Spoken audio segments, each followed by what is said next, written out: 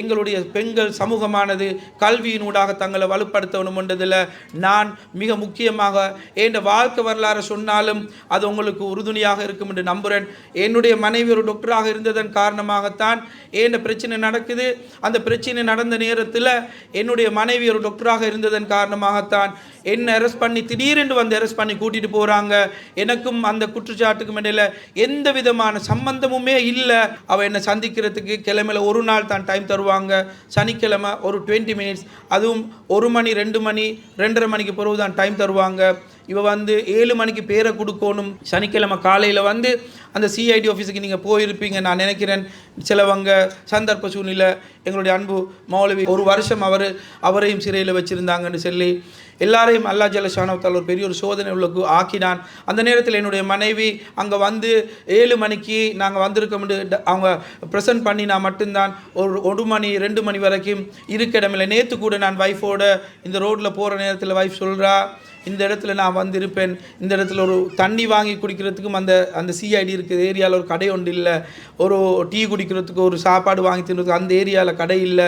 நாங்கள் 7 மணிக்கு வந்த 1 மணி 1:30 மணி வரைக்கும் அதே அந்த படிக்கட்டுகளில் நாங்கள் இருந்து கொண்டிருப்போம் புள்ளகளோட ஞாபகப்படுத்தினேன். அது பாரிய போராட்டம். அல்லாஹ் யார் அதிகமாக நேசிக்கிறானோ அவங்க அல்லாஹ் சோதிப்பான்.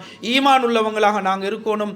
இந்த வேலை திட்டத்திட முக்கியமான நோக்கமாக நான் கண்டுகொண்டது இந்த பெண்கள் சமூகமானது தீனுடைய சமூகமாக வரணும், தீனோட கனெக்ட் ஆகின சமூகமாக வரணும், அல்லாஹ்வுடைய கலாமோட கனெக்ட் ஆகின சமூகமாக வரணும், அதனூடாக தங்களை அப்டேட் பண்ணக்கூடிய சமூகமாக வரணும்.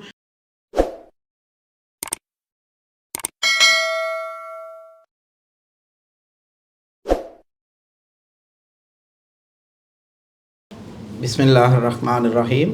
இந்த ரைஸ் அப் நிறுவனத்தின் அதிபர் உட்பட அந்த ஆசிரியர் குலாம், இந்த நிகழ்வுக்கு வருகை தந்திருக்கக்கூடிய பிரமுகர்கள், அன்பு நண்பர் அவுஃப் ஹனீஃபா, எங்களுடைய டிகா ஆரிஃப் கான் பிரதர் உட்பட எங்களுடைய மோட்டிவேஷன் ஸ்பீக்கர், அவரை நிறைய ஸ்பீச்சுகளை நான் கேட்டு நிறைய விஷயங்களை படிச்சிருக்கிறேன். அன்பு சகோதரர் உட்பட இங்கே வருகை தந்திருக்கக்கூடிய அத்தனை பிரமுகர்கள், எங்களுடைய சட்டத்தரணி சகோதரி உட்பட அத்தனை மாணவர்களுக்கும் பெற்றார்களுக்கும் சகோதரிகளுக்கும் என்னுடைய இதயம் கனிந்த சலாம். நேரம் 12 மணியை தொடப்போவதனால் சிற்றுரையாக இந்த உரையை நான் அமைத்து கொள்ள விரும்புகிறேன். அன்பார்ந்த உறவுகளே, முதற்கண் நான் இந்த நிகழ்வுக்கு என்னை அழைத்ததற்கு இந்த ஏற்பாட்டு குழுவுக்கு நன்றி கூற கடமைப்பட்டிருக்கிறேன். அந்த வகையில் இந்த உம்மத்தில் இலங்கையில் வாழக்கூடிய இந்த முஸ்லீம் சமூகமானது ஒன்றுபட்டு எங்களுடைய அப்துல் ரஹ்மான் சொன்னது போல ஒரு தனி மனிதனுக்காக வேண்டி துவா பிரார்த்தனை செய்ததும் நோன்பு பிடித்ததும் அந்த 2019ஆம் ஆண்டு இந்த முஸ்லீம் சமூகமானது நெருக்கடிக்கு போன நேரத்தில் இனவாதத்தின் உச்சகட்டத்தில் ஒரு தனி மனிதனாக பாதிக்கப்பட்ட நேரம். நீங்கள் ஒரு தனி மனிதன் இல்லை, உங்களை இந்த முஸ்லீம் சமூகத்தின் அடையாளமாக ஆக்கி எங்களுடைய சகோதரனாக, ஒரு கூட பிறந்தவனாக, உறவுக்காரனாக நீங்கள் எல்லாரும் துவா செஞ்ச நோம்பு பிடிச்சதுக்காக வேண்டி இந்த மேடையில் இருந்தும் உங்கள் எல்லாருக்கும் நன்றியை நான் தெரிவித்து கொள்ள விரும்புகிறேன். ஜிசாக்குமுல்லாஹ் ஹைரன். அன்பார்ந்தவர்களே, இந்த நிகழ்வுக்கு வந்திருந்த கொஞ்ச நேரத்தில் நான் விளங்கி கொண்டேன், அல்லாஹ் ஜல்ல ஷானஹு வ தஆலா எந்த மாதிரியான உம்மத்தோட அக்கறை உள்ளவங்களோட என்ன வச்சிருக்கணும்னு நான் விரும்புகிறேனோ அந்த மாதிரியான ஒரு நிகழ்வில் மிகவும் உணர்ச்சிபூர்வமான சில உரையாடல்களையும் நாங்கள் கேட்டோம், பேச்சுக்களையும் பேசினதாக நாங்கள் கேட்டோம்.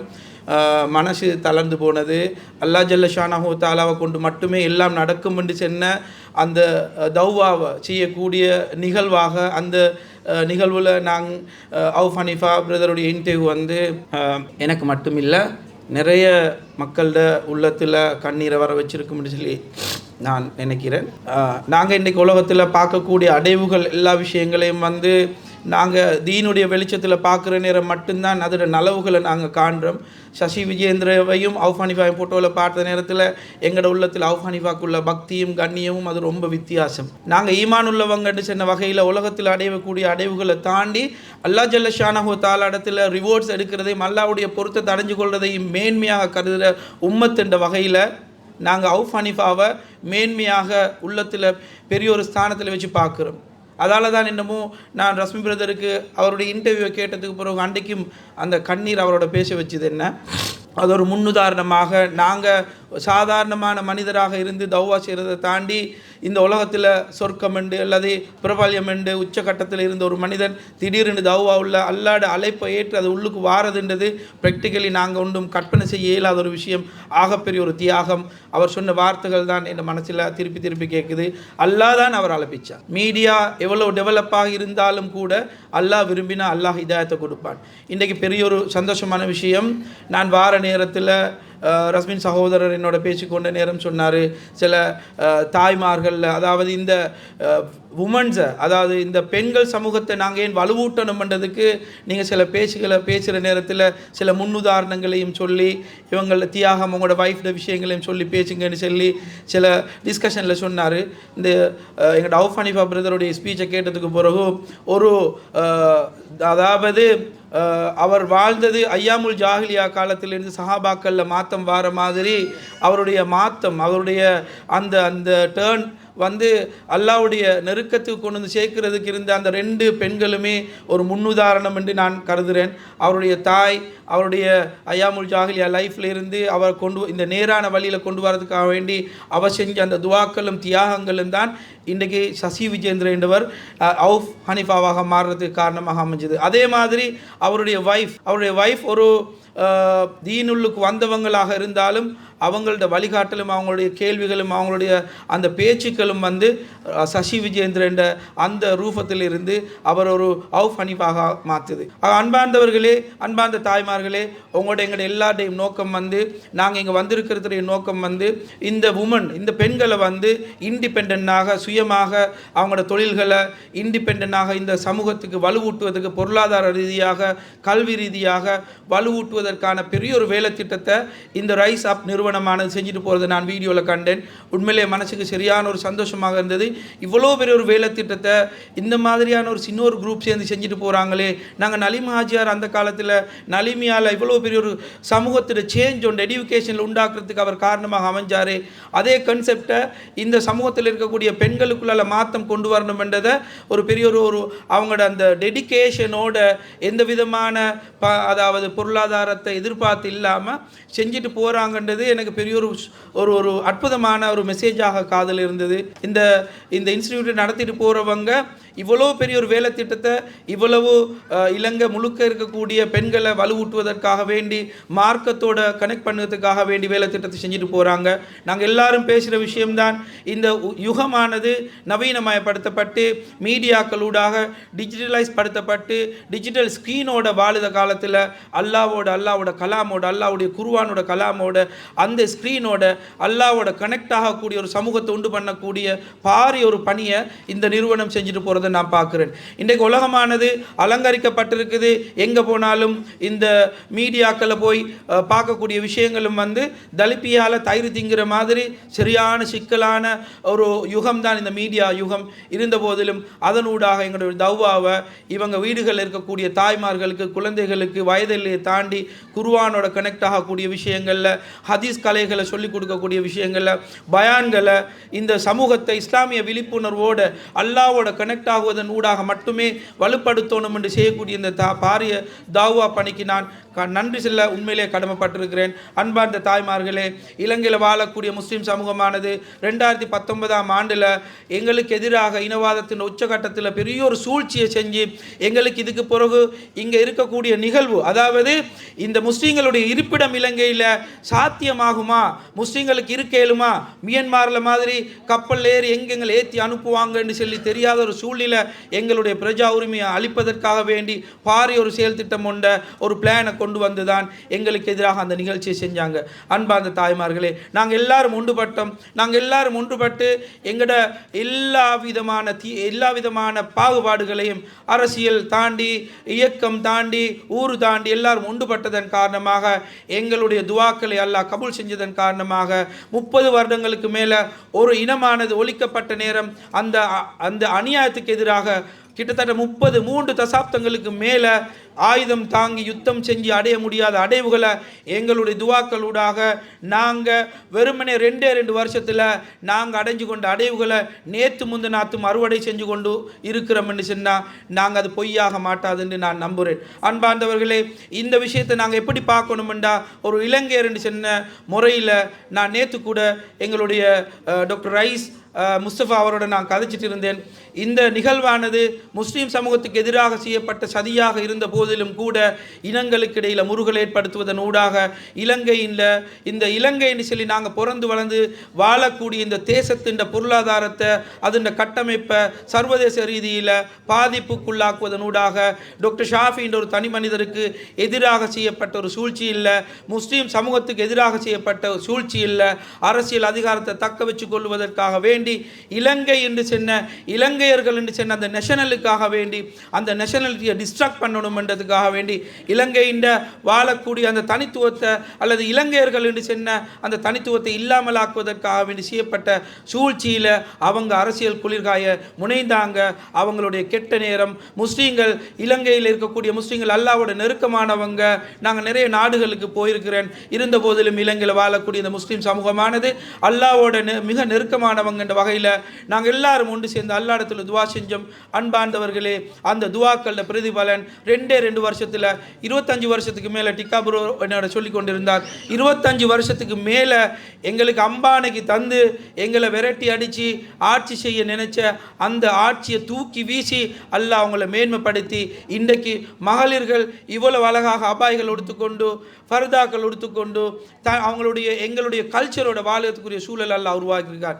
அன்பார்ந்தவர்களே, எங்களுடைய பெண்கள் சமூகமானது கல்வியினூடாக தங்களை வலுப்படுத்தணும் என்றதில் நான் மிக முக்கியமாக என் வாழ்க்கை வரலாறு சொன்னாலும் அது உங்களுக்கு உறுதுணையாக இருக்கும் என்று நம்புகிறேன். என்னுடைய மனைவி ஒரு டாக்டராக இருந்ததன் காரணமாகத்தான் என் பிரச்சனை நடக்குது. அந்த பிரச்சனை நடந்த நேரத்தில் என்னுடைய மனைவி ஒரு டாக்டராக இருந்ததன் காரணமாகத்தான் என்ன அரெஸ்ட் பண்ணி திடீரென்று வந்து அரெஸ்ட் பண்ணி கூட்டிகிட்டு போகிறாங்க. எனக்கும் அந்த குற்றச்சாட்டுக்கும் இடையில் எந்த விதமான சம்பந்தமுமே இல்லை. எனக்கும் அந்த குற்றச்சாட்டுக்கும் எங்களோட லைஃப் ஸ்டைலில் அப்படி ஒன்று கற்பனை கூட செஞ்சுருக்கல. அந்நிய மக்கள்கிட்ட நல்லெண்ணத்தோட இன்றைக்கு கூட நான் அந்நிய மக்களோட நெருக்கமாக அவங்களுடைய அன்பை வென்ற முறையில் வாழணும் என்று சொல்லி என் பிள்ளைகளுக்கும் உங்களுக்கும் சொல்லித்தாரேன். அந்த மாதிரி வாழ்ந்த நான் எனக்கு சம்பந்தம் இல்லாத குற்றச்சாட்டை சொல்லி கையில் விலங்கு போட்டு படம் காட்டி என்னை கூட்டிகிட்டு போன நேரத்தில் என் குடும்பம் அனாதையாகுது. என் மனைவி தண்டை வீட்டில் வாழ இயலாது, தண்டை பிள்ளைகளை கல்வியை கண்டினியூ பண்ண இயலாது, குருநாகல் ஹாஸ்பிட்டலில் ஒர்க் பண்ண இயலாது, அக்கௌண்ட் நம்பர்ஸ் எல்லாம் ஃப்ரீஸ் பண்ணி இருக்கிறதுக்கு இடமில்லை. தண்டை தாயிட வீட்டில் போய் இருக்க இல்லாத ஒரு அச்சம், உயிருக்கு ஆபத்து வரும், குடும்பத்தை அழியுங்கன்னு சொல்லி போடுறாங்க. அந்த தம்பியாகிய பவுல விநாசகராண்டோனே நான் 2012ஆம் ஆண்டில் துபாயில் போயிருந்த நேரத்தில் ஒரு ஃபோட்டோ ஒன்று போட்டிருந்தேன். சின்ன புள்ளலை எங்களோட புள்ளைகளை கிட்டத்தட்ட 7 வருஷத்துக்கு முதல்ல போட்ட ஃபோட்டோவை போட்டு பவுலாயவ விநாசகராண்டோனு ஜாத்தியை வந்த கருப்பை காண்டு மிக மோசமான முறையில் எங்களுக்கு எதிராக சூழ்ச்சி செஞ்ச நேரத்தில் புள்ளைகள் மூண்டும் ஒவ்வொரு பக்கம் தாய் அந்த அங்கே உயிர் வாழ இல்லாத ஒரு கட்டம் கொள்ளுவாங்களா என்ற ஒரு அச்சத்தில் கிளம்பு வந்து அவர் ஒரு டாக்டராக இருந்ததன் காரணமாக மீடியாக்கள் ஒரு பக்கம் அவள் விரட்டுது. மீடியாக்கள் அந்த காலகட்டத்தில் எப்படி செயல்பட்டாங்கன்னு சொன்னதை நீங்கள் எல்லாரும் தெரியும். என்னுடைய கதையில் முதுகெலும்பாக இந்த கதையை பொய்யான இந்த கதையை உருவாக்குவதற்கு அடித்தளம் போட்டிருந்தது இந்த மீடியாக்கள் தான். அந்த மீடியாக்கள் பகிரங்கமாக பொய்யை எந்தளவு வேகமாக சொல்லலுமோ என்ற ஊட காட்டி பல கோடிக்கணக்கான சொத்துக்கள் என்று சொல்லி எத்தனையோ வகையான அலங்கரிக்கப்பட்ட பொய்களை சொல்லி எங்களோட வைஃபுக்கு அந்த வெளியில் முகத்தை காட்டையில்லாது மீடியாக்கள் விரட்டுறாங்க. ஒரு பக்கத்தில் எங்களுடைய சமூகத்தில் இருந்த சட்டத்தரணிகள் ஒரு பக்கம் ஒரு குரூப் உதவி செஞ்சாங்க, இன்னொரு குரூப் கஷ்டப்படுத்தினாங்க. அதை நான் சந்தர்ப்பம் வார நேரத்தில் அது சம்பந்தமாக இன்ஷா அல்லாஹ் சொல்லுவேன். அப்படி இருந்த நேரத்தில் அவர் ஒரு பெண் ஒரு வைத்தியராக இருந்ததன் காரணமாக காலகட்டத்தில் ஒரு சூறாவளியில் அகப்பட்ட ஒரு தனி ஒரு மரமாக சின்ன ஒரு மரமாக இருந்து கொண்டு கொழும்பில் வந்து ஒன்றும் தெரியாது, கொழும்பில் பஸ் ஏறி வர தெரியாது. அவள் வந்து ஹாஸ்பிட்டல் ட்ரான்ஸ்ஃபர் எடுத்துக்கொண்டு சென்ட்ரல் டிஸ்பென்சரியில் ஒர்க் பண்ணுறா. தெஹிவலில் ஊடு எடுத்து அதுலேருந்து டெய்லி வரணும். அப்போ பெரிய ஒரு பொருளாதார நெருக்கடி, அக்கௌண்ட் நம்பர்ஸ் எல்லாம் ஃப்ரீஸ் பண்ணி இப்படி இருக்கிற நேரத்தில் அவள் என்னை சந்திக்கிறதுக்கு கிழமையில் ஒரு நாள் தான் டைம் தருவாங்க. சனிக்கிழமை ஒரு 20 மினிட்ஸ், அதுவும் 1 மணி 2 மணி 2:30 மணிக்கு பிறகு தான் டைம் தருவாங்க. இவ வந்து 7 மணிக்கு பேரை கொடுக்கணும், சனிக்கிழமை காலையில் வந்து அந்த சிஐடி ஆஃபீஸுக்கு நீங்கள் போயிருப்பீங்க நான் நினைக்கிறேன். சிலவங்க சந்தர்ப்ப சூழ்நிலை எங்களுடைய அன்பு மௌலவி இப்போ அந்த அவரும் என்னோட காட்சி கொண்டார். அவரும் அன்னளவாக 1 வருஷம் அவரையும் சிறையில் வச்சுருந்தாங்கன்னு சொல்லி எல்லாரையும் அல்லா ஜல்லஷானவத்தால் ஒரு பெரிய ஒரு சோதனை உள்ளக்கு ஆக்கினான். அந்த நேரத்தில் என்னுடைய மனைவி அங்கே வந்து 7 மணிக்கு நாங்கள் வந்திருக்க முடியும் அவங்க ப்ரெசன்ட் பண்ணி நான் மட்டும்தான் 1 மணி 2 மணி வரைக்கும் இருக்க இடமில்லை. நேற்று கூட நான் வைஃபோட இந்த ரோட்டில் போகிற நேரத்தில் வைஃப் சொல்கிறா, இந்த இடத்துல நான் வந்திருப்பேன், இந்த இடத்துல ஒரு தண்ணி வாங்கி குடிக்கிறதுக்கும் அந்த சிஐடி இருக்குது ஏரியாவில் ஒரு கடை ஒன்று இல்லை, ஒரு டீ குடிக்கிறதுக்கு ஒரு சாப்பாடு வாங்கி தின்றதுக்கு அந்த ஏரியாவில் கடை இல்லை. நாங்கள் 7 மணிக்கு வந்த 1 மணி 1:30 மணி வரைக்கும் அதே அந்த படிக்கட்டுகளில் நாங்கள் இருந்து கொண்டிருப்போம் புள்ளகளோட ஞாபகப்படுத்தினேன். அது பாரிய போராட்டம். அன்பார்ந்தவர்களே, நாங்கள் எங்களோட புள்ளகளை ரெடி பண்ணணும். எப்படின்னு சொன்னால் எங்களுடைய இந்த சோதனைகள் வந்து நான் நினைக்கிறேன் மௌலவி இதோட முடிவடைகிறது இல்லை, கியாமம் வரைக்கும் நாங்கள் எங்களை ஏதோ ஒரு கொஞ்சம் காலத்துக்கு பிரிசனில் வச்சுருந்தாங்க, அநியாயம் பார்த்தாங்க, எங்களோட சமூகத்தை மிரிச்ச பார்த்தாங்க. எத்தனையோ உலமாக்களையும் எத்தனையோ சமூக உணர்வு உள்ளவங்களையும் கொண்டு போய் இவங்களுடைய அந்த பிரிசனில் வச்சுட்டு இருந்து அவங்கள சித்திரவதை செய்கிறதுக்கு அநியாயம் செய்கிறதுக்கு முயற்சி செஞ்சாங்க. இதெல்லாம் வந்து இந்த உம்மாக்கு இருக்கக்கூடிய சோதனைகள், இந்த சமூகத்துக்கு இருக்கக்கூடிய சோதனைகள். அல்லாஹ் யார் அதிகமாக நேசிக்கிறானோ அவங்க அல்லாஹ் சோதிப்பான். ஈமான் உள்ளவங்களாக நாங்கள் இருக்கணும். இந்த வேலை திட்டத்திட முக்கியமான நோக்கமாக நான் கண்டுகொண்டது எங்களுடைய பெண் சமூகமானது உறுதியாக இருக்குமா இருந்தா அல்லாவோட நெருக்கமாக இருக்குமெண்டா ஒரு சசி விஜயேந்திர என்று சொன்ன ஒரு கேரக்டரை, ஒரு கமலஹாசன் உச்சத்தில் இருந்த அந்த கேரக்டரை ஒரு ஹனீஃபாவாக மாற்றுறதுக்குரிய ஒரு மனநிலையை இருக்கணுமெண்டா இந்த பெண்கள் சமூகமானது தீனுடைய சமூகமாக வரணும், தீனோட கனெக்ட் ஆகின சமூகமாக வரணும், அல்லாவுடைய கலாமோட கனெக்ட் ஆகின சமூகமாக வரணும், அதனூடாக தங்களை அப்டேட் பண்ணக்கூடிய சமூகமாக வரணும்.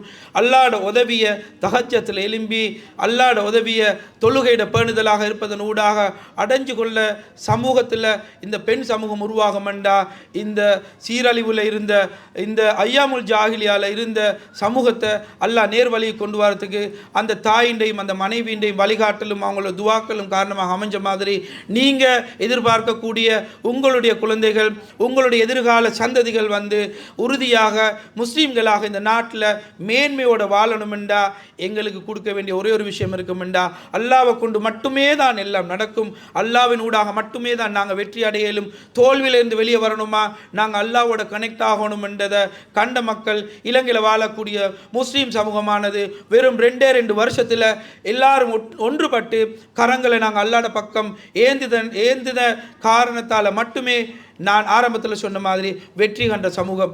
ஆகவே அன்பார்ந்தவர்களே, மிக நீண்ட நேரம் பேசுகிறது நோக்கம் இல்லை. டைம் 15 நிமிஷத்தை தாண்டி போகுது. என்னுடைய அன்பான உங்களுக்கு தரக்கூடிய மெசேஜ் என்னென்னா, இந்த பெண்கள் சமூகமானது எம்ப்ளாய்மெண்ட்டுக்கு சமூகத்தின் முதுகெலும்பாக இருக்க வேண்டியவங்க. எத்தனையோ உதாரணங்கள் எங்களுக்கு சொல்லலாம். எங்களுக்கு உதாரணம் கதீஜா நாயி ரஹ்மத்துல்லாஹி ரலியல்லாஹு அன்ஹா அவங்க, அதே மாதிரி ஃபாத்திமா நாயி அவங்க. இந்த மாதிரியானவங்களுடைய தியாகத்தின் அந்த உச்சகட்டத்தில் தான் உலகம் முழுக்க நாங்கள் எல்லாரும் மேன்மையாக கொண்டாடக்கூடிய தீன், உள்ளத்தில் அமைதியை உண்மையான சந்தோஷத்தை கொண்டு வந்து சேர்க்கக்கூடிய தீன் எங்களுக்கு வந்து சேர்றதுக்கு காரணமாக அமைஞ்சது. சசி விஜயேந்திர என்றவர் உலகத்திட பிசிக்கல் நாங்கள் கண்ணுக்கு பார்க்குற வாகனம் புகழ் அத்தனையும் தாண்டி உச்சகட்ட சந்தோஷத்தை உலகளாவிய ரீதியில் கண்டவர். இன்றைக்கு தீண்ட பரிசறைகளுக்கு நபியுடைய வழிகாட்டலுக்கு தன் வாழ்க்கை அமைச்சு கொண்டதுனால உண்மையான தீன் என்ற வெளிச்சத்தை உண்மையான வாழ்க்கையின் நோக்கத்தை அல்லாஹ் எங்களுக்கு தந்திருக்கக்கூடிய இந்த வாழ்க்கையை அல்லாட பொருத்தத்தை அடைவதன் ஊடாக அல்லாஹ்வுடைய உள்ளத்தில் ஏற்படுத்தக்கூடிய அந்த சந்தோஷத்தை உண்மையான இன்டர்னல் ஹாப்பினஸை காணக்கூடிய ஒரு மனுஷனாக அல்லாஹ் ஆக்கியிருக்கிறான். அந்த மாதிரியான ஒரு சமூகத்தை கட்டி எழுப்புறது தான் இந்த தாய்மார்களுக்குரிய பாரிய ஒரு பங்களிப்பாக இருக்கும். இந்த சமூகத்தில் உங்களோட பிள்ளைகளை, உங்களோட சகோதரர்களை, உங்களோட சகோதரிகளை நீங்கள் ஈமானுடையவர்களாக குர்ஆனோட கனெக்ட் ஆகினவங்களாக. என் வைஃபும் இப்போ குர்ஆன துபாயில் உள்ள ஒரு லேடி கிட்ட தஜ்வீத் படிக்கிறா, இன்னும் ஒரு கிளாஸ் செய்கிறா. கனடாவில் இருக்கக்கூடிய இன்னும் ஒருத்தர்கிட்டையும் ஒரு லேடி ஒன்றுகிட்டையும் ஒரு கிளாஸ் ஒன்று செய்கிறா. அவவும் தன்னை ஈமானோட அல்லாவோட நெருங்கணும் என்றதுக்காக வேண்டி. உலகம் மிக சுருக்கமாக இருக்குது. நான் சொன்னேன் ஆரம்பத்தில் உலகத்தில் இந்த மீடியாக்கள் இருக்கக்கூடிய அல்லது இந்த இன்டர்நெட் யுகத்தில் இந்த டிஜிட்டல் வேர்ல்டில் எது நல்லதோ அதை தெரிவு செஞ்சு நாங்கள் அல்லாவை நெருங்கி அல்லாட உதவியை அடைஞ்சு கொள்ளக்கூடியவங்களாக நாங்களும் மாறணும். இந்த சமூகத்தை வலுப்படுத்தணும். அதில் பாரிய பங்களிப்பு உங்களுடைய பொருளாதார ரீதியாக இண்டிபெண்டாக நாங்கள் எங்களுடைய வாழ்க்கையில் நிறைய பேரை சந்திச்சிருக்கிறோம். ஹஸ்பண்டை இழந்த பெண்கள், ஹஸ்பண்டை விட்டு பிரிஞ்சிருக்கக்கூடிய பெண்கள், இந்த மாதிரி குடும்ப சுமையோடு வாழக்கூடிய பெண்கள், இவங்க தனிச்சிருந்தாலும் அவங்களோட குடும்பத்தை ரன் பண்ணிட்டு போகிறதுக்கு இவங்களை வலுவூட்டுவதற்காக வேண்டி இந்த ரைஸ் நிறுவனத்தால் செஞ்சுட்டு போகக்கூடிய இந்த பாரிய பணியை நாங்களும் இன்ஷா அல்லாஹ் எங்களால் ஏண்ட பங்களிப்பை செய்யணும். நான் ரஸ்மின் பிரதர்கிட்ட சொன்னேன், நான் பகிரங்கமாக சொல்ல விருப்பப்படலை. நானும் இன்ஷா அல்லாஹ் இதுண்ட ஆழமான அகலமான சர்வீஸை கண்டதுக்கு போகிற பூரிச்சு இன்ஷா அல்லாஹ் நானும் இந்த இன்ஸ்டிடியூட் வளரணும் என்று உங்களோட எல்லார் சார்பாகவும் துவா செய்கிறதோட என்னால் என்ற பங்களிப்பையும் செய்வேன். இந்த நிறுவனத்திலிருந்து பயன்பெறக்கூடிய அத்தனை உறவுகளும் இன்ஷா அல்லாஹ் ஒவ்வொருத்தரும் ஆளுமை உள்ளவர்களாகவும் அல்லாட உதவியை இந்த நாட்டுக்கும் இந்த சமூகத்துக்கும் கொண்டு வந்து சேர்க்கக்கூடிய வலுவுள்ள பெண் சமூகமாக வரணும் என்று வாழ்த்தி வாய்ப்பு தந்தமைக்கு நன்றி கூறி விடைபெறுகிறேன். வாஹிரு தஅவானா அனில் ஹம்துலில்லாஹி ரப்பில் ஆலமீன்.